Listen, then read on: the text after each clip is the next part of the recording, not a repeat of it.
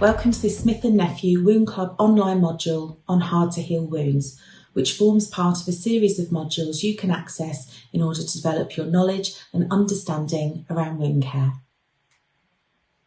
Today, we're discussing the physiological aspects of hard to heal wounds.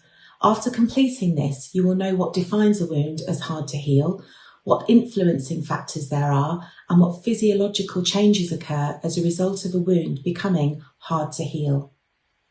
There are a number of different descriptions of a wound that fails to heal, and the more common terms are stalled, chronic, static, non-healing, and challenging. By definition, a hard to heal wound is defined as one that fails to heal in an orderly and timely manner, and so is comparable to other terms. For the purpose of this presentation, we will refer to these wounds as hard to heal.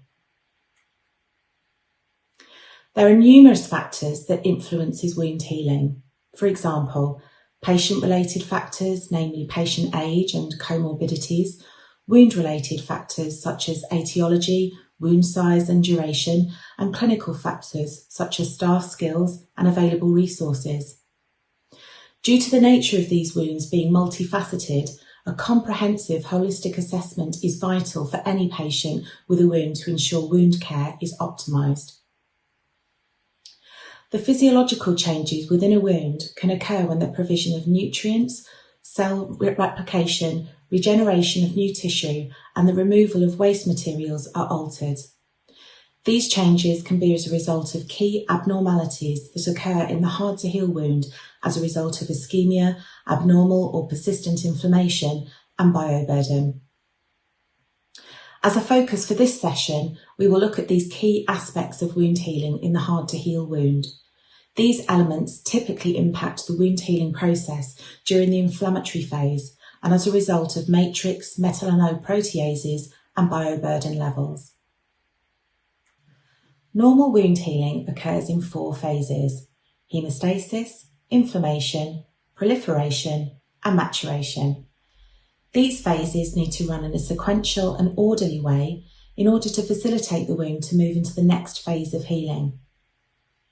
In hard to heal wounds, this is disrupted, and the wound cannot progress past the inflammatory phase to begin its regeneration and repair that occurs in the proliferative phase.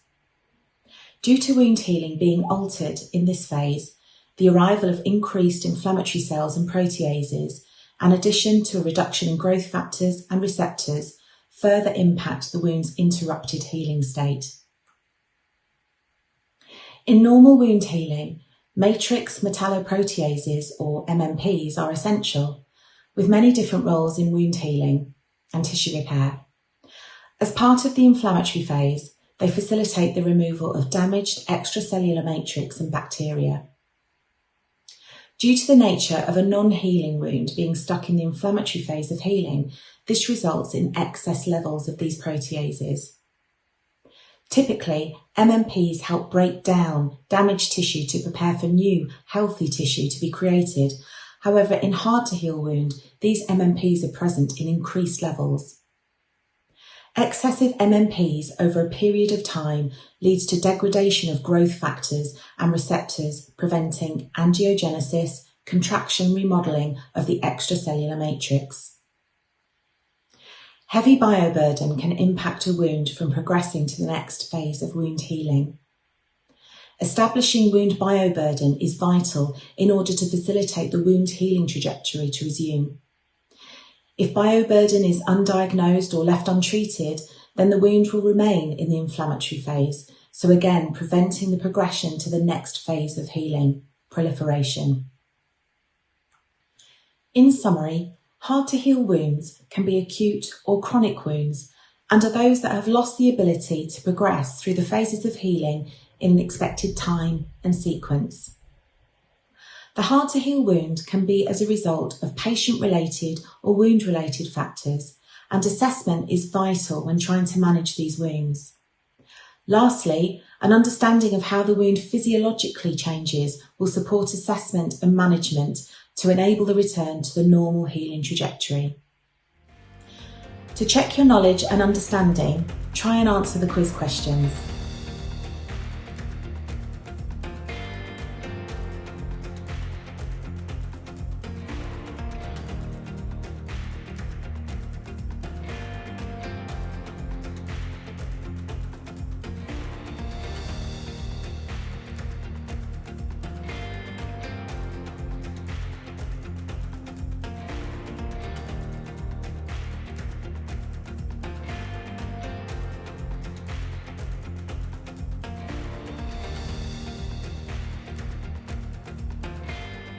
Du har nu slutfört den här Smith+Nephew Wound Club Online-modulen. Ta dig tid att reflektera över det du har lärt dig och hur du kan tillämpa det i ditt dagliga arbete. Klicka på länken i beskrivningen för att komma till hela 15 minuters versionen av denna presentation. Efter slutförandet har du möjlighet att ladda ner ett certifikat. Tack för din tid idag. Kom ihåg att titta på de andra avsnitten för att få tillgång till ytterligare moduler som hjälper dig i din utbildning.